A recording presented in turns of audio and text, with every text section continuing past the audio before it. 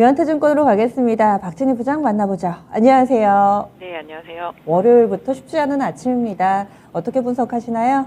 네, 시장 상당히 초반부터 좀 출렁거리고 있는 모습이죠. 단기적으로 좀 많이 올랐던 대형주 IT 섹터 쪽에서는 차익 실현 매물들 좀 빠르게 나타나고 있는 모습 보실 수가 있겠고, 반대로 낙폭이 컸었던 성장주 섹터 내에서 2차 전지라든지 게임주 sek터, 콘텐츠 뭐 이런 쪽에서는 기술적 반등이 좀 나타나고 있는 모습 보실 수가 있겠습니다. 전체적으로 뭐 차량용 반도체 쪽 이런 쪽들은 그냥 잘 버티기는 하지만 탄력이 좀 떨어져 있는 모습 일부 나타나고 있고요. 개별주 흐름으로 이어지고 있습니다. 텔레칩스라든지 IA 같은 경우가 좀 강세 보여주고요. 지난번 짚어드렸던 어버브 반도체도 좀 강세 흐름 이어가고 있는 모습입니다.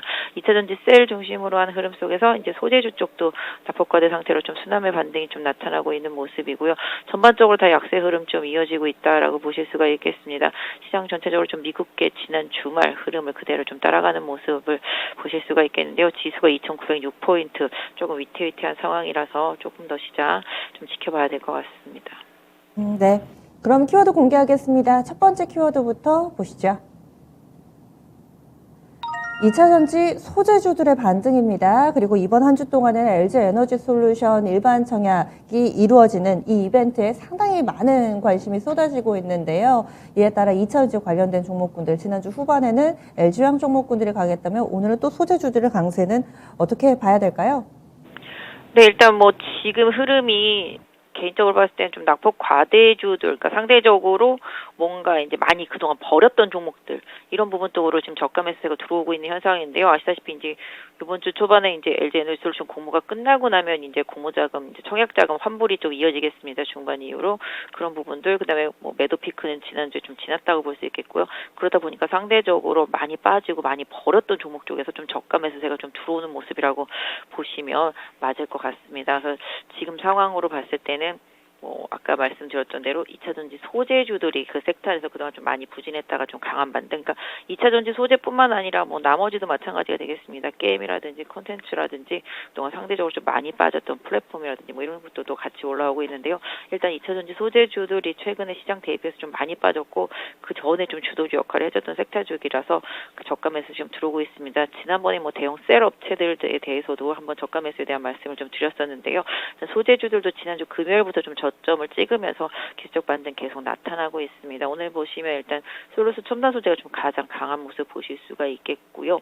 지금 보시면 첨보라든지 대주전자 등도 좀 반등 좀 이어가고 있는 모습. 지금 시장에서는 엔캠이 약간 대장주 역할을 해주고 있습니다. 워낙 레포트도 좋고 실적 증설에 대한 기대치가 반영이 되면서 엔캠이 좀 대장주 역할을 해주고 있는 모습이고요. 지금 솔루스 첨단 소재가 오늘은 강하게 20일선 뚫어주면서 좀 상당히 좀 강한 행보를 좀 보여주고 있다라고 보실 수가 있겠습니다. 그래서 소재 섹터주들의 순환매와 함께 상대적으로 좀 덜 오른 뭐 SDI 같은 셀업체 이런 부분에 대해서도 관심을 갖고 보시고요. 기술적으로 낙폭과대했던 2차 전지 소재 섹터주들의 순환 반등, 기술적인 반등 이런 부분 일정 부분 이번 주 초에 좀 나타나지 않을까 싶습니다. 네. 다음은 두 번째 키워드 그럼 넘어가 보겠습니다. IT 부품 섹터의 선별적인 강세 움직임, 어떤 종목에 좀 주목하고 계신가요? 네, 지금 상당히 좀 그동안 지난주에 많이 올랐던 대형 IT 섹터주들은 차익 실현 매물 좀 빠르게 나오고 있는 모습이죠. 그러다 보니까 장 초반부터 LG이노텍 급락이 눈에 띄고 있습니다. 오늘 아침에 봤던 기사가 가장 크게 영향을 주지 않았나 싶습니다. 애플이 올해 출시 예정이던 MR 헤드셋 기계를 내년에 출시할 것 같다라는 이 뉴스가 일단 LG이노텍한테 가장 크게 다가왔던 흐름이라고 보실 수가 있겠고요. 그러다 보니까 일단 최근에 좀 많이 올랐던 LG전자나 LG 디스플레이 쪽으로도 매물이 좀 빠르게 나오고 있습니다. LG 디스플레이도 지금 파주 공장 증설 이슈가 나왔는데요. 그럼에도 불구하고 좀 약세 흐름인 모습을 보실 수가 있겠습니다. 그러다 보니까 상대적으로 좀 코스닥 쪽에서 덜 오른 반도체 섹터주들, 그다음에 차량용 반도체들 지금 보시면 이제 텔레칩스, 그다음에 칩셋 미디어, IA 이렇게 차량용 쪽들이 상당히 좀 강한 흐름 보실 수가 있겠죠. 해성 DS 지난주에 많이 올랐지만 하락폭은 상당히 좀 제한적인 모습 보실 수가 있겠고요.